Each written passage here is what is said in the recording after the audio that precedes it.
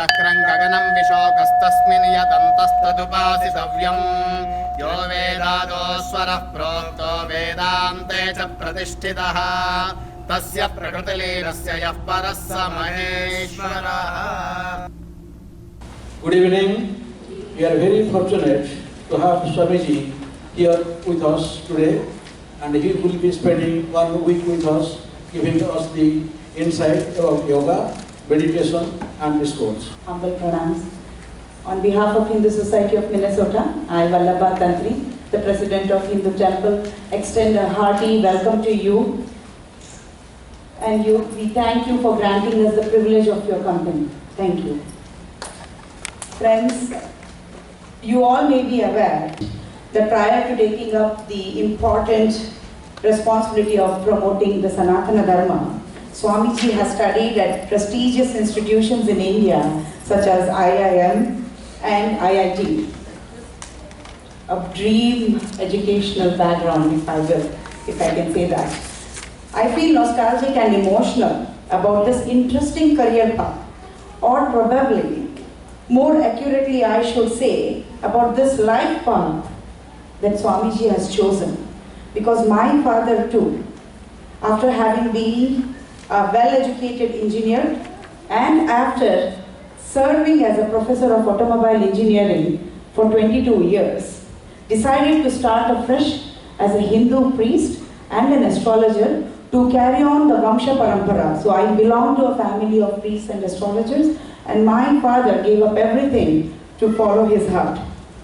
For such individuals like my Swamiji and many more out there, and my father, it is the higher calling that beckons them to take the unbeaten path to serve humanity, as in Swamiji's case, and to serve the community, as in the case of my father. So as I said, this is a very emotional and nostalgic moment for me when I see such well-respected people with great educational background, following their heart. So Swamiji, I'm sure the community here will benefit from your knowledge and wisdom. I wish this event a success, and thank you again for providing us this opportunity to hear you. Thank you so much. Thank you for the very warm welcome and those heartfelt words. It will be my privilege and honor to have this opportunity to serve the wonderful divine souls at the Hindu Temple of Minnesota. Let's get into the mood with the chanting. Let's all clap along.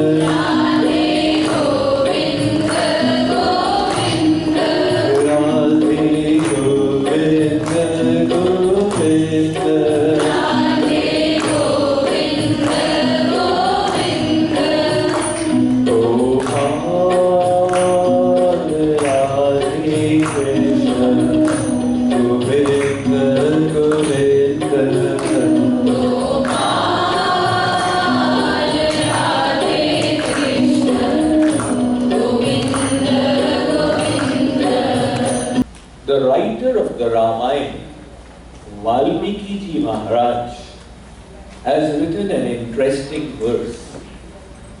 He says, Loke nahi savidyeta yona rama madubhrataha. He says there is no soul in this world who is not surrendered devotee of God. In other words, everybody is a devotee, whether they know it or they don't know it. And the writer of the Hindi Ramayana, Tulsidas Ji, has validated it.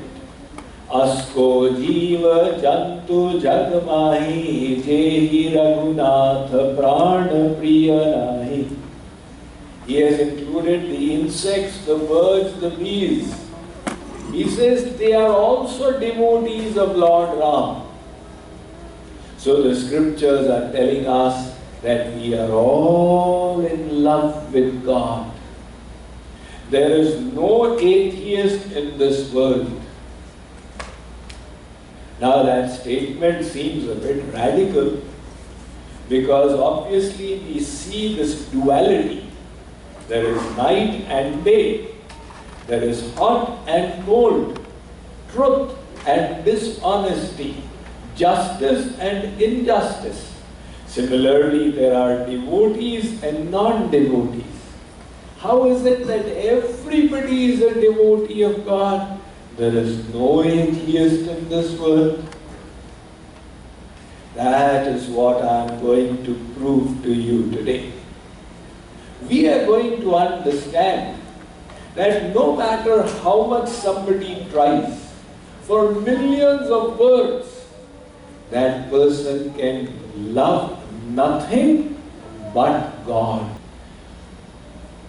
So you will say, Swamiji, this statement doesn't seem to make sense. We know so many people who are declared atheists. Sometimes the husband is troubled, my wife is an atheist, or my child is an atheist, or the other way around. And how do you say that there is no atheist in this world? Yes. All that we are doing in life, why are we doing it? You came for this program, at night you go to sleep, you go to your office or whatever, all these things that you do, why do you do it? The Darshan Shastra says we have a goal. Prayojanam anuddishya mandopi na pravartate. Whatever we do, even the person in the lunatic asylum doesn't do anything without a goal. So what is the goal that we have? One farmer is working hard in the fields. Ask him, what is your goal? Why are you working so hard? He says, so that I get a good crop. That is his goal. But why do you want a good crop? So that I'll sell it and get money. So you want money, that is your goal. But why do you want money? With money I'll get the things of the world. What kind of things do you want? Things to see, things to touch, things to hear, things to smell, and things to taste. God has given us 5 senses, and we want the objects of these senses. So the whole world is a subject of our 5 senses. Now again ask a question, why do you want these 5 kinds of things? Why do I want it? It will give me happiness, pleasure, bliss, peace, contentment. So you want happiness. That's right. And all these other things we asked, the whole chain, it ended on happiness. Why do you want money for this, for this, for this? finally, I want happiness. In this way, you go and ask anybody in any country of the world, whether the person is a beggar or the president, what do you want? Whatever they answer, say, why do you want that? Whatever they reply, ask, why do you want this? Every time, where will the chain end? Happiness. On happiness. So what is it that we all want? One word, happiness. Now one last question. Why do you want happiness? Simple question. Why do you want happiness? I don't know, Swamiji. I know that I want it. I don't know why I want it. So is there any soul who wants misery in opposition to happiness? We've never heard of any such soul. Otherwise, there is so much of variety in this world. All of us look different. Our biometrics are different. That is why the biometrics are taken. 7 billion people on the planet Earth all have got different fingerprints. The Creator has filled this world with variety. No two leaves of a tree are alike. Our voices are different. That is why as your friend calls you, you recognize, oh Ramesh, you've called me after so many days. How was it, a video call? No, I recognize the voice. And our smell is also different.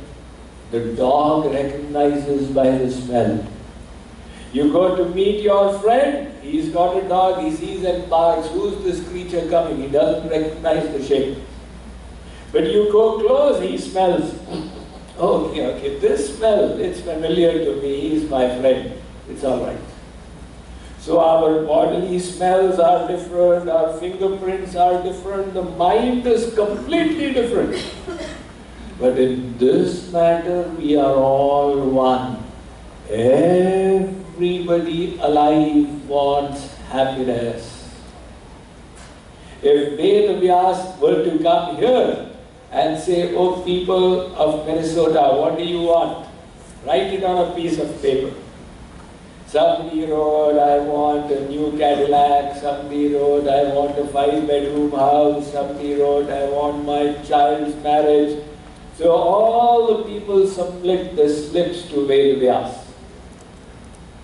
In my opinion, Ved Vyas will not even read it. He will tear it up. I don't need to read it. I know what you want. You all want happiness. For the sake of happiness, you want the Cadillac. For the sake of happiness, you want your daughter's marriage. For the sake of happiness, you want that house. Everybody's decision is different. Where does happiness lie? But nobody wants anything apart from happiness. Atmana. Everybody is in search of the self-happiness. Now let me ask you, did anybody teach you that you should seek happiness? Just like when we were little, we were taught, my child, speak the truth. You should not speak lies. You should not steal others' properties. Did anybody teach us? My child, you should seek happiness. It should not come about that you start running after misery. Was this instruction given to us? No. Then where did this knowledge come from? That I must make bliss the goal of my life. Otherwise, we did not even learn ABCD without being taught. My child, this is A, everybody say A. That is how we learned. We did not even recognize our mother until we were trained. This is your mother, beta, say mummy. How we have forgotten, but that's how we learn. Everybody around was pointing in that direction, Mummy, so we said, all right, say Mummy. Even the tiniest bit of knowledge did not come by itself. Then where did this knowledge come from that I want happiness? More astonishing. Throughout the day, what we do is for the sake of happiness. Even though it may be opposite things. Sometimes we sit, sometimes we stand. Right now you are sitting in this program, are you getting happiness? You know, at least for my sake you can say yes, Swami. But tell me, supposing I keep speaking for the next 5 hours, will you still keep sitting? I have to get up now. What happened? You were sitting for happiness? You know, Swamiji, it has become so boring, my happiness is dried up. But getting up will give me happiness, it will be a relief. So doing one activity, when the happiness ended, you want to do the reverse activity, from sitting to standing. But the goal is still happiness. At night you go to sleep? Of course. So does it give you happiness? So much of happiness. According to the Vedas, the biggest bliss of the material realm is the bliss of deep sleep. Not dream sleep. Dream sleep is the same, Mardhad is going on there. But in deep sleep, the mind is now finally silent. At that time you experience nothing. But when you wake up, you say, Sukhamahama Swapsam, I slept so blissfully. Nakinchidahamavedisham, I did not experience anything. So that experience of not experiencing anything, which you get in your deep sleep, that is the highest bliss of the material realm. It is not yet divine bliss. But if sleeping is so blissful, then do one thing.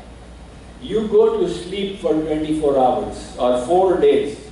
Take leave from your office, unpaid leave, we'll compensate. You just keep sleeping. 12 hours, can I get up? Hey, keep sleeping. 16 hours, can I get up? Keep sleeping. 21 hours, I've got to get up. How long will I sleep? But you were sleeping for bliss. No, now I need to get up for bliss. The activity has reversed and the goal remains the same.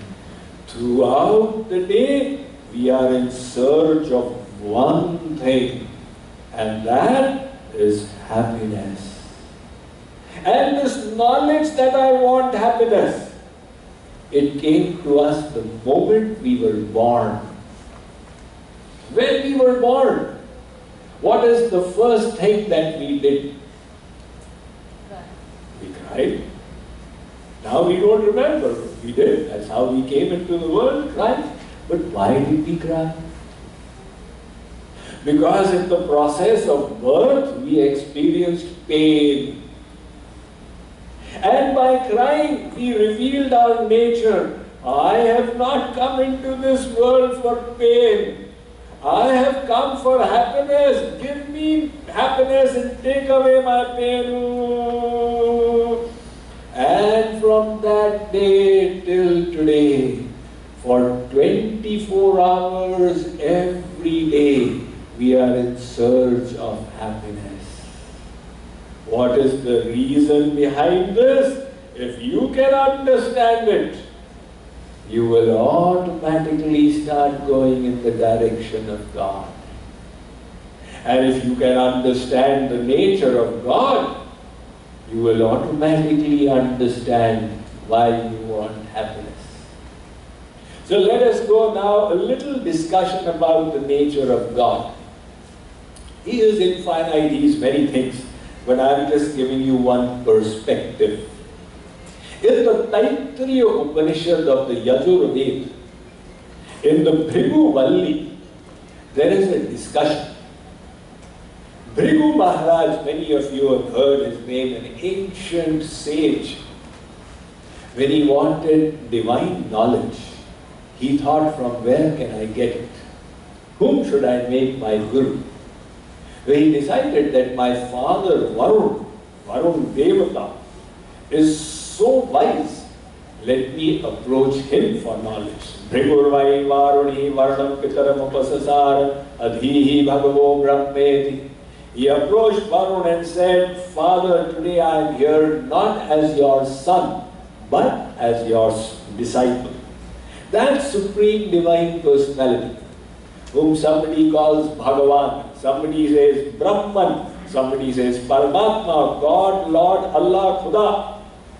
Who is that supreme divine personality? So Varun answered, simple definition.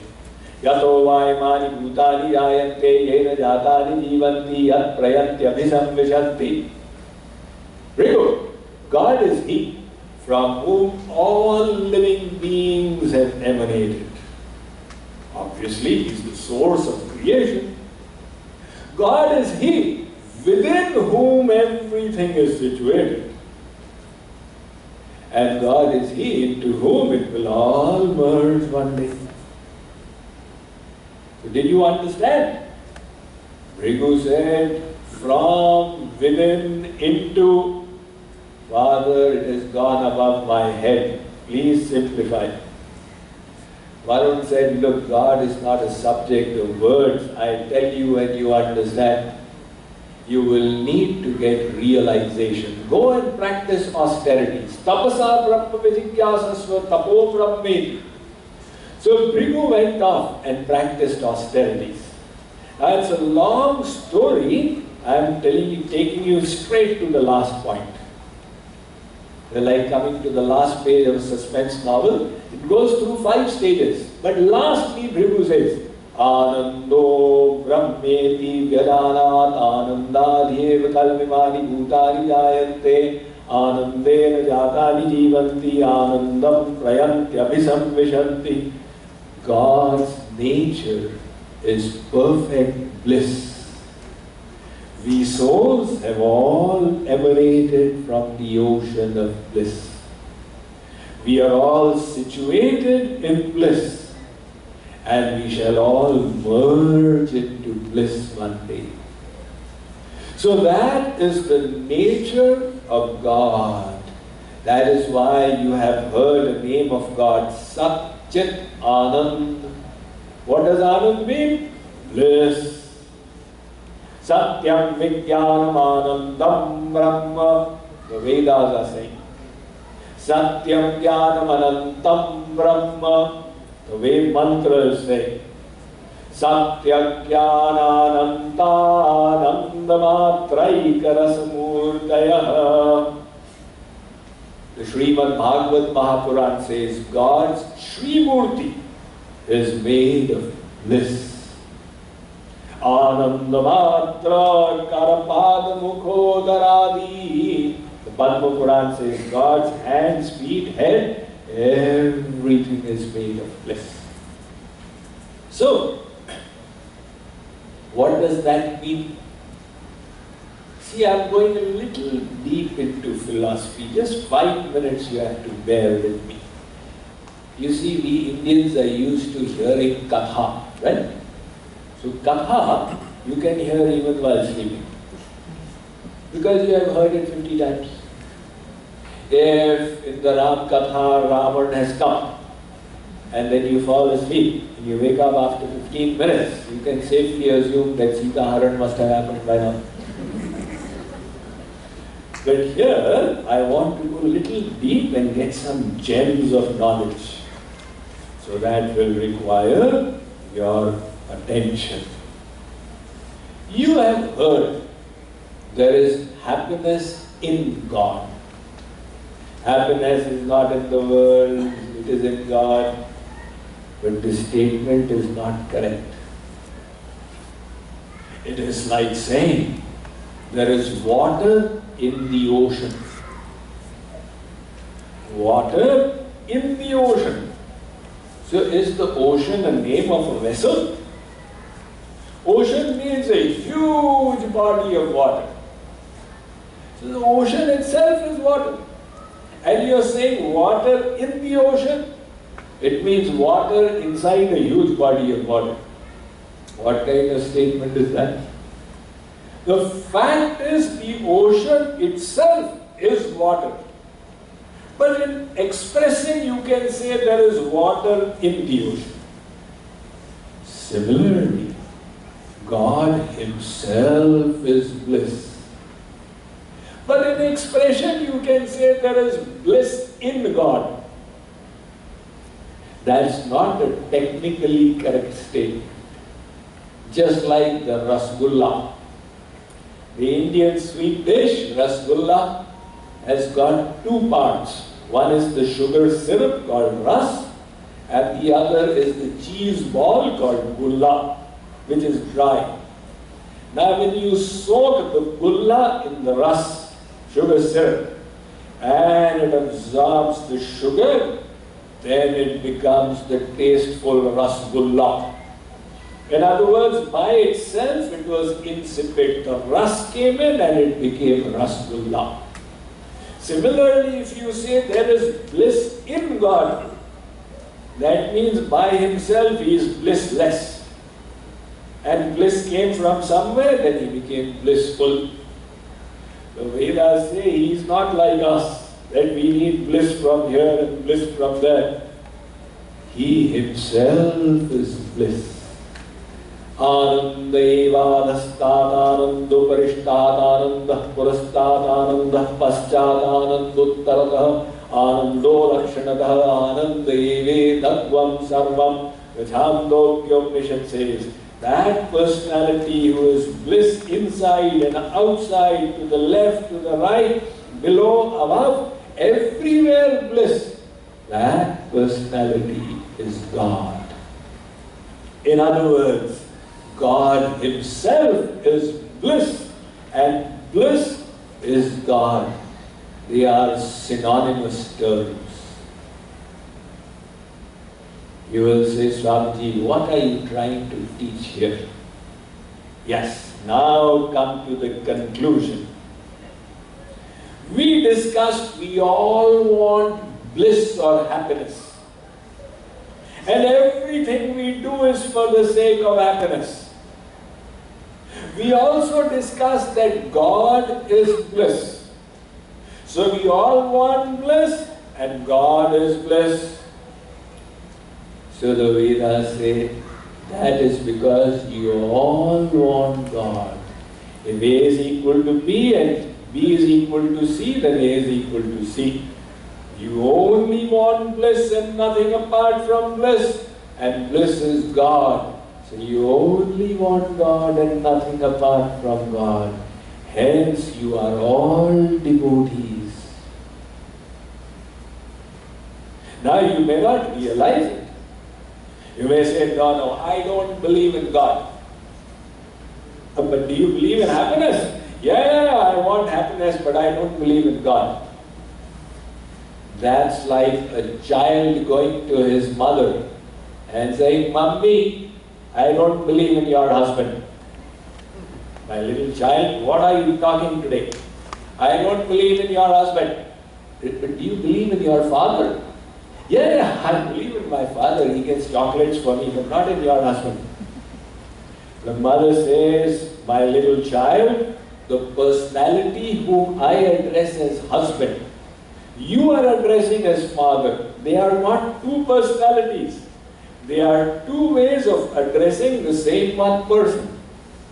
So similarly, the person who says, I'm an atheist, he says, I don't believe in God. But do you believe in happiness? Yes.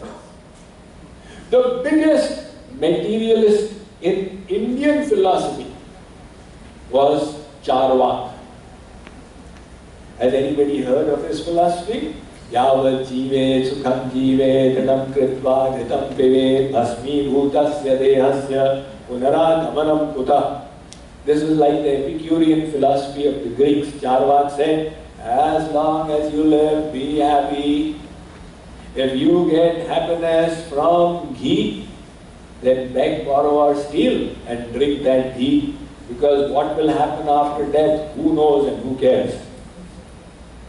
Now you translate it into today's scenario, beg, borrow or steal, but drink your vodka, who knows what will happen after death? So Charvak is a gross materialist.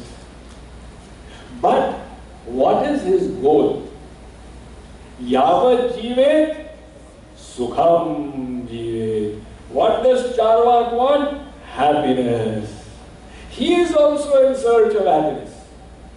And in the Western world, there have been many materialistic philosophers. Sigmund Freud, Karl Marx, Adam Smith. They have written tomes of literature. You read them all, and you will come to this point that they were all looking for happiness. So the Vedas say everybody is looking for God. So everybody is a devotee. And there is no atheist in this world. But why are we looking for happiness? We are looking for happiness, we have understood. Why are we looking for happiness? This question has not yet been answered. The reason is very simple. Because we souls are little parts of God. Like a drop is a part of the ocean. Like a ray of light is a part of the sun. So we souls are tiny parts of God. Mamaivancho jivaloke jiva bhuta sanatanaha. The Bhagavad Gita states, Arjuna, Lord Krishna is saying, all the souls in the world are tiny parts of God. So we are tiny parts of the ocean of bliss. We all discussed, he is an ocean of bliss. And we are his little fragments. Now every fragment is naturally drawn to its source, whatever it's a part of. Like a lump of earth is a part of this planet. You throw it up, where will it go? It will fall down. Why will it fall down? There is a gravitational pull. The earth is pulling its little part. That is the reason why the apple fell on Newton's head. Apples always fall. But Newton was the first one to think, why did the apple fall down and not fall up? And he realized that the earth is pulling the apple. So this gravitational pull, all the rivers, they flow towards the ocean. Why do the rivers flow to the ocean? Because they are born from the ocean. It is from the ocean that the water vapor arose, and it formed into a cloud, it came and rained. So the rainwater gathers into rivulets, which merges into the stream, which merges into the river, and the river is flowing. Where is it flowing? Towards the ocean. How long will it flow? As long as it doesn't meet that ocean. Similarly, we are parts of the ocean of bliss. So we are naturally seeking bliss. And we will keep seeking it until we get that true bliss of God. But you can say, Swamiji, we have already got bliss. What do you mean? I think this bliss of God may be very big that you are talking about, but we've also got bliss. We get bliss from seeing movies and eating gulab jamuns and going for the disco, etc. That is not bliss. The definition of bliss is Yogi Bhuma, that which is infinite in extent. The tiny little happiness you get in the world doesn't satisfy you. Supposing you chase the great American dream to become a millionaire, by the age of 45, you finally made it half. Are you happy? Yes, I got 6 zeros there. Now look at the billionaire. Oh my God, he's got a private plane I don't have, I'm only a millionaire. So when the millionaire looks at the billionaire, again he's unhappy. The Vedas are saying that limited happiness, whether it's of 1 million or 1 billion, will never satisfy your soul. You always look for bigger and bigger. Your soul wants Bhuma Sukh, unlimited happiness. That is the happiness of God. Plus, number 2, the happiness should always remain. Now, if it comes, then goes. It doesn't satisfy you. Swamiji, yesterday we had a gala time. What happened? Oh, you know, we went for that football game and then we came and went to the restaurant and then we went for a party and really enjoyed. And what happened today? Today I was having a little fever, I was at home and the AC was not working, the TV also not conked out, I just got bored. Really? So yesterday's happiness went away today? So it did. That happiness which comes and then goes and then comes and then goes cannot satisfy your soul. The happiness that your soul wants is Sat, Chit, Anand, eternal, ever fresh and infinite in extent. That happiness we have not got, and hence the searching is going on. And do you know since when we have been searching? 30 years? 40? In America everybody is 29 years? No! We have been searching since endless lifetimes. The soul is eternal like God is eternal. In one matter we can challenge Him. He is not senior to us, although we are His children. He is immortal and we are also immortal. Sanatana. Just like I asked one little child, Beda, where is your father's home? He said, Swamiji, it is in front of my uncle's home. So I said, where is your uncle's home? He said, it is in front of my father's home. I said, where is your father's and uncle's home? He said, Swamiji, they are in front of each other.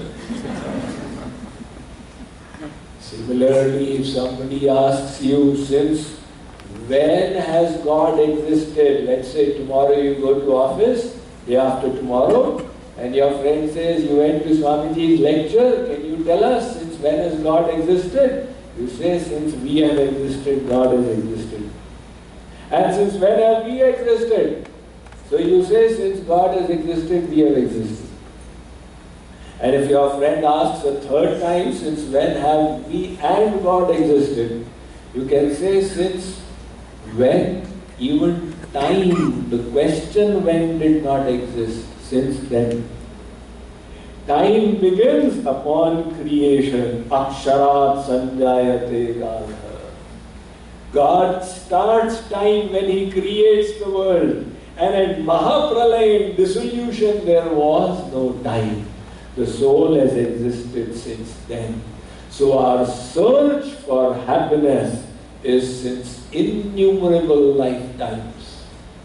And yet, till today, we have not got the happiness. What is the reason? That at every moment of every day we are searching for happiness. And after all these lifetimes, we are still bereft of it. We are going to discuss, the program is not over, we will just do a 5-minute chanting and then we will continue. So chanting number 9. When we go to the upper scale, I will sing the first line and you all sing the second line. And the lower scale we sing both lines.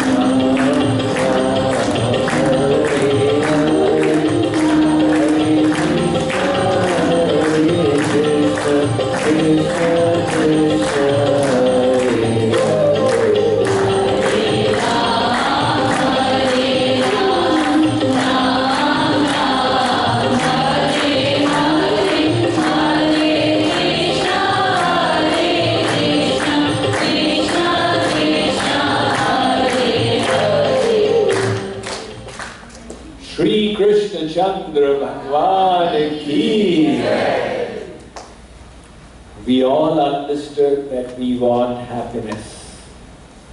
And we also understood that we are little parts of the ocean of happiness. That's why our search for happiness is actually a search for God Himself. When Swami Vivekananda came to America, he was the first Swamiji to come from India to USA. He would begin his lecture, "O ye children of immortal bliss, we are all little parts of the ocean of bliss, His children." So why is it that we have not got happiness till today? Where lies the problem? Ved Vyasa explains in the Srimad Bhagavatam, Bhayam dvitiya bhiniveshatasya dishadate tasya viparreyo smriti. He says, the problem is that the soul is searching for happiness in the wrong direction. So simple, if you wish to go from Minneapolis to Atlanta, you should be going southward. But if you are moving northward, then Atlanta is getting further and further away. Similarly, we are running for happiness in the wrong side. We don't know where this happiness lies. And this ignorance has come upon us for the simple reason that we have turned our backs to God. Suppose this is God and this is the soul. The soul is in this position. Now, how do you turn your back to God? He is everywhere. Somebody who is everywhere, how do you turn your back to Him? By turning the back, what it implies, our consciousness is turned away from Him. And God is all light. Just like He is all bliss, He is also all knowledge or light. If you turn your back to the light, what will you get? Shadow, darkness. So because we have turned our backs to God, the darkness of the material energy has engulfed us. This is Maya. Aditya Varnam Tamasa Parastat. Hence we are in this world. Very often people ask, why did we come here? Whenever I give a lecture to 5-year-olds, they always ask one question, who created God?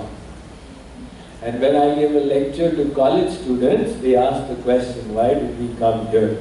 If this world is so terrible and so miserable, what are we doing in this place?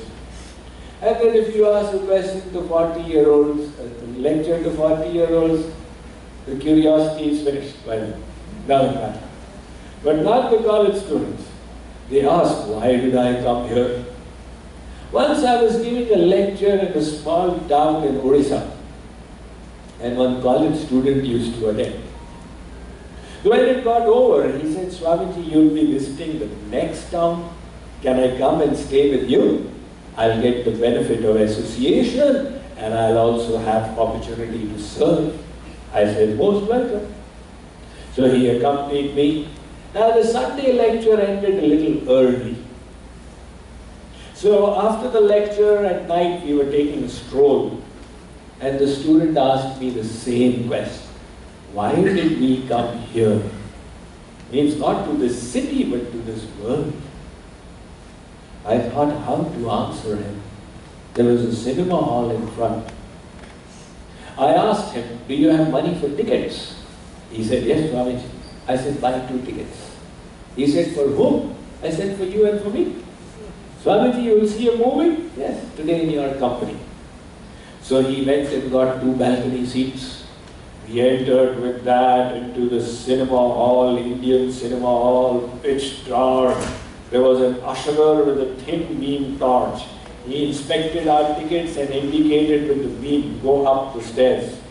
So walked up. There was another person with a thin beam torch. He looked at the tickets and he indicated, go and sit on those 2 empty seats. So we sat down there. The night show had begun. Everybody was looking at the screen.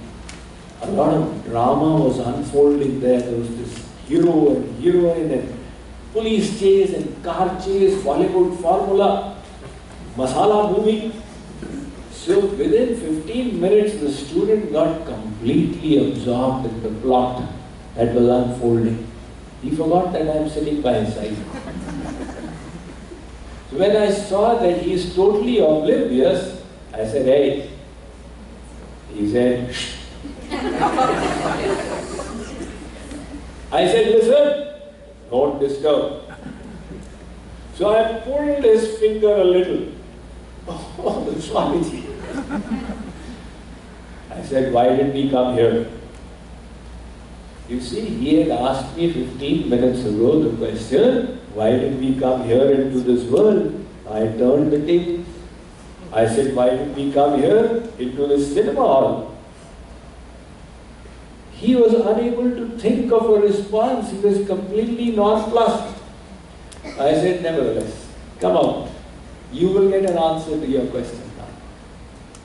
When we went out, I said, look, in the cinema hall, you had completely forgotten who you are, why have you come here, who is by your side, and you had absorbed yourself in an illusion.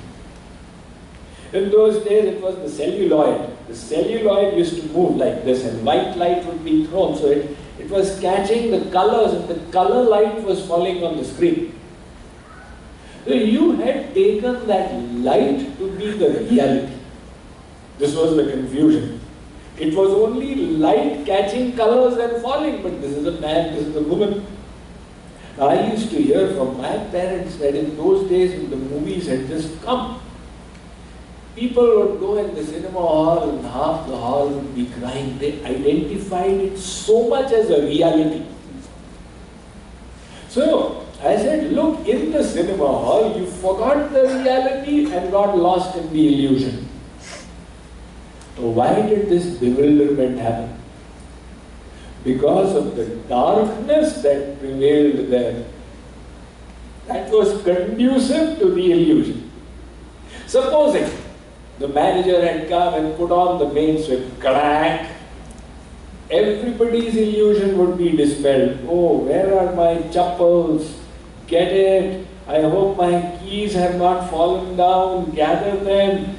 Be out of here first. The first one into the cycle stand, the scooter stand. Now you are back to reality. So the illusion was created in darkness. In the same way, God is all light. We souls have turned our backs to Him. So the darkness of the material energy has engulfed us. And that is what has brought us into the material realm. What is the illusion here?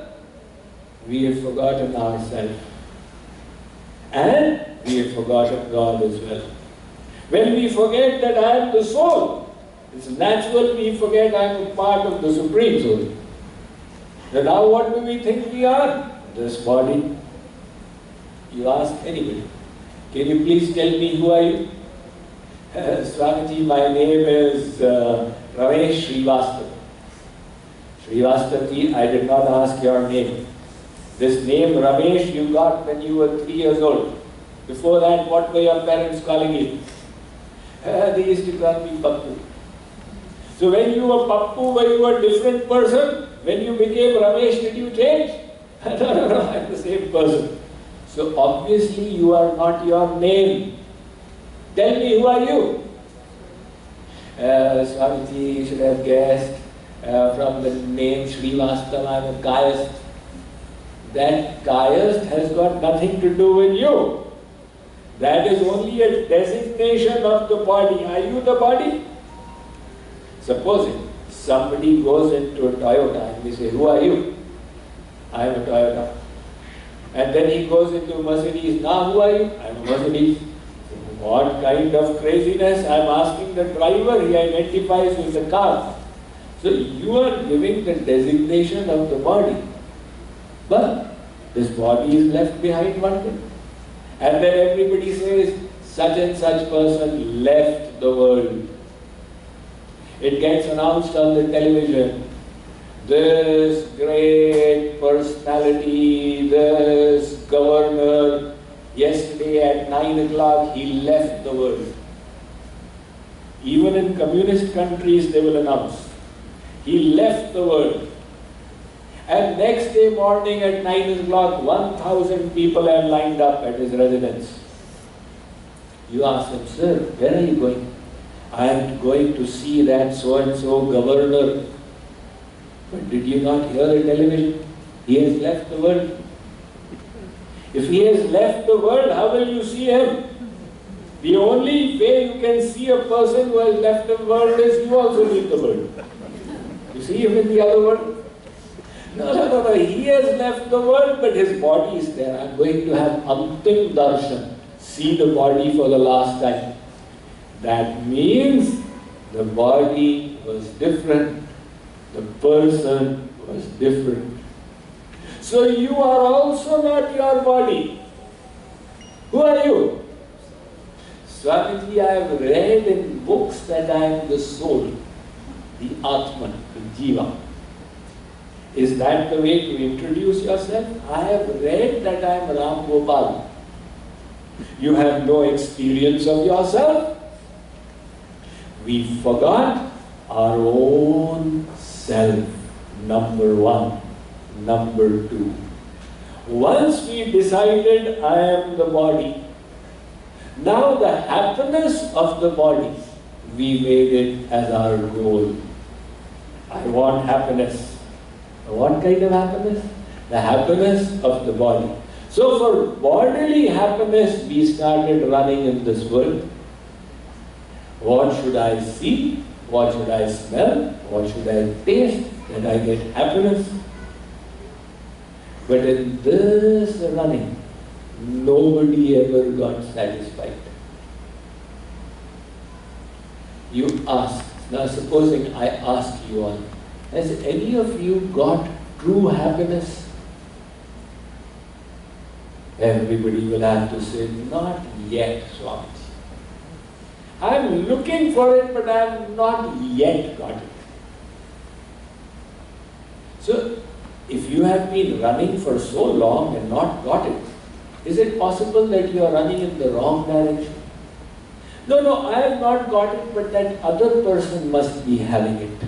You see, I have only got a 3-bedroom house. The person with the 5-bedroom house must have happiness.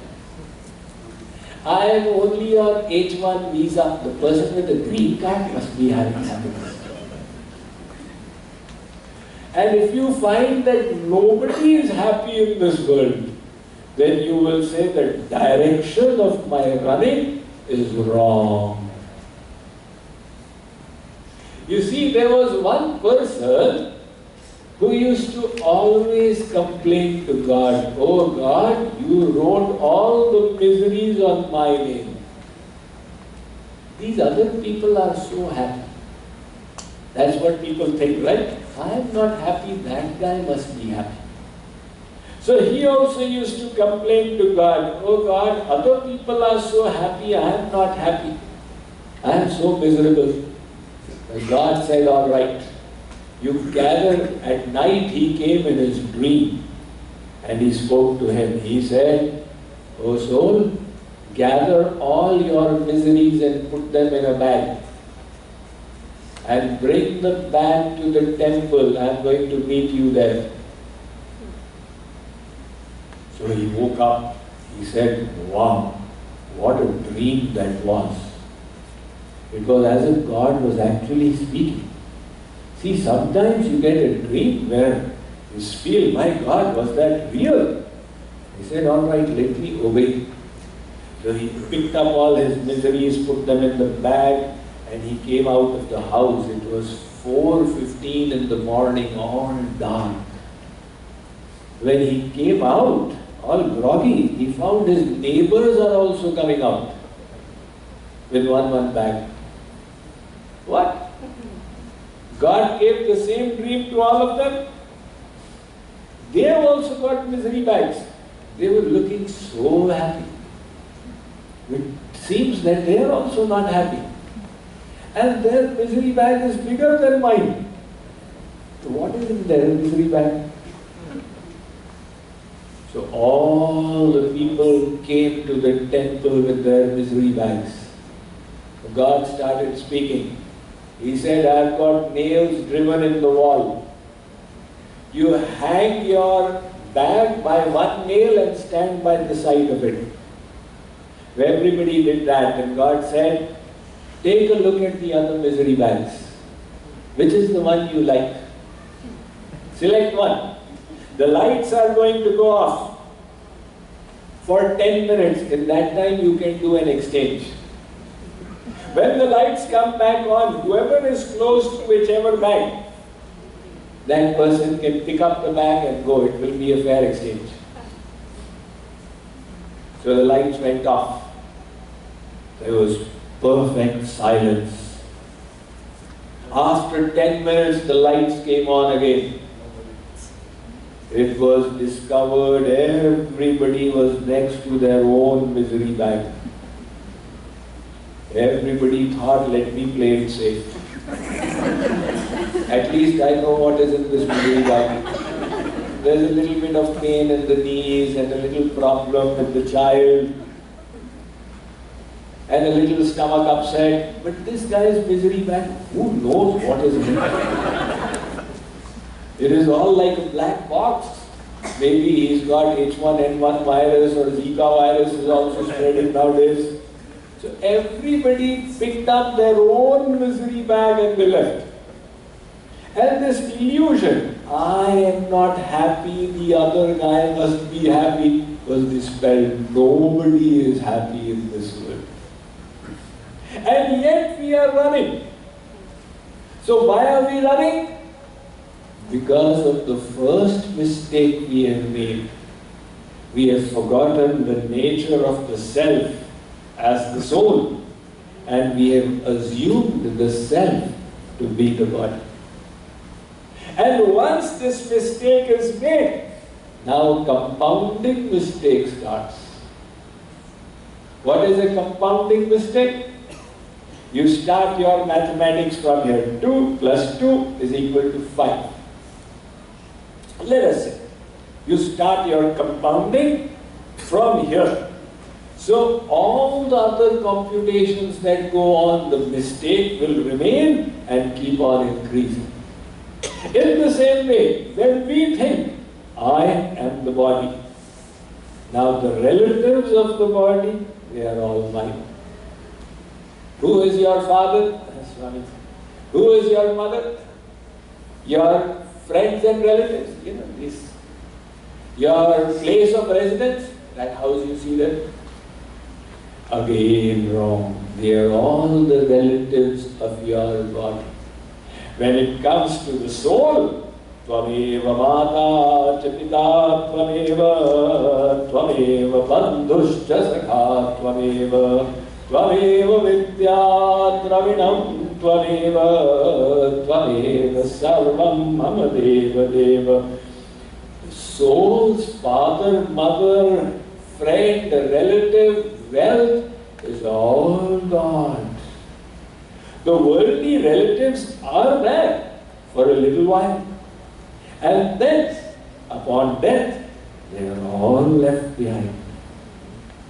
Again you make a set of relatives. Again you leave them behind. Again you make a set of relatives. Again you leave them behind. So the worldly relatives keep on changing. Now supposing somebody is your senior right now in your home, your grandfather, so you offer respect. Dadaji, namaste. Tomorrow Dadaji passes away. He has not yet attained liberation. He is going to come back. So it's possible he is born again in your family as your grandchild. So till yesterday you were telling him, Dadaji, namaste. Now unknown to you, He is gone, he is saying, Dadaji, namaste. Tomorrow we leave. We are also not liberated. We come back. Now we are saying, Dadaji, namaste. Then he says, Dadaji, namaste. This drama has happened innumerable times. It is God's blessing that He has made us forget the past lives. Sometimes people ask, why doesn't God make such a world where we can remember all our past lives? You know, if He made such a world, imagine the confusion that would happen. This was my property, how did it become His property? She was my wife and now she is His wife. So many fights would happen. So God said, my dear little children, all that you did, I will keep account. Because the law of karma, I am the implementer. I will keep account of it all, and at the proper time I will give you the fruits. But you will not remember. Otherwise, how much tension you will start having. We get tension remembering things of one life. 3 years ago, I went to India and my relative, my Nanad out there, she said like this to me, how did she say that? Now remember, if you could realize the insults of endless lifetimes, what would happen to our blood pressure and stress levels? So, these worldly relatives keep on and on and on changing. The relative of the soul is God. Look, now how does all this confusion get corrected? When you remember that I am not the body, I am the soul. And the happiness I want is not in material things, the objects of the senses. It is in God, the ocean of bliss. Then you start running after God. In other words, to run after bliss is not wrong. Even the saints were running after bliss. But they were running in the proper direction. And we are running in the wrong direction. We are churning salt water and hoping to extract butter out of it. Butter does not lie in salt water. Butter is in yogurt and in milk. But when we run in the proper direction, it's not difficult to attain God, because He is sitting inside us. It's not that you go to Vrindavan and then you will find Him, or you go to Ayodhya and then you will meet God. तेरा साई तुझ में है जो पहु पनवास कस्तूरी का हिरण फिर ढूंढत घास. The kasturi deer, musk deer, has got the kasturi inside. But the whole forest becomes aromatic because of it. So the deer runs here and there, wondering where is the aroma coming from, without realizing it was inside. So God is sitting inside and He doesn't have any conditions. Give me 1 million, then you can attain me. Otherwise, the person who is not a millionaire will say, how will I attain you? God says, even the poorest Sudama attained me. He says, you don't have legs, you can't come to my temple. Don't worry, even lame people attained me. You don't have eyes, you can't see my deity. Oh, even Sudas, the blind devotee, was so dear to God. You don't have hands, you cannot do puja. Don't worry, I don't need that either. If there is any personality on earth, that person must have a mind. There is nobody who is without a mind. God says, give me your mind. That's all I want. This mind of yours, you love me with it. I don't need your body. Give me your money. But we people are so miserly, conjuice. We have not been able to offer one mind to God. And we have offered it in the world. We have got the mind attached to sister, brother, husband, wife, son, daughter, father, mother, Rasgullah, Gulab Jamun, Jalebi. But we were unable to get it attached to God. So, now that we have discussed that the goal of life is bliss and that bliss is in God, we will now discuss how to go in that direction of the true bliss. How do we reach the lotus feet of God? Boliye Shri Krishna Chandra Bhagwan Ki. This is a series. Today is the first day. The manner in which I speak is called Khandan Mandan Paddhati. Khandan Mandan Paddhati means first I create a doubt and then resolve it. First I place the question and then give the answer.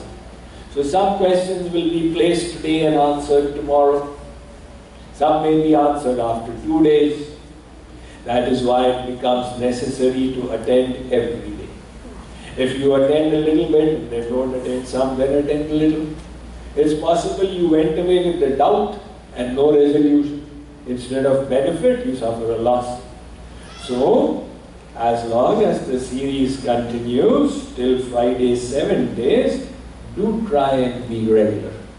Shri Radha Krishna Bhagwan Ki, Shri Lakshmi Narayan Bhagwan Ki, Siyamar Ramachandra Ki, Umapati Mahadev Ki, Shri Durga Mata Ki, Pavanaswata Hanuman Ki, Gajanan Ganapati Bhagavan Ki, Jagat Guru Shri Kripaluji Maharaj Ki, Jai Jai Shri Radhe, Jai Jai Shri Radhe, Jai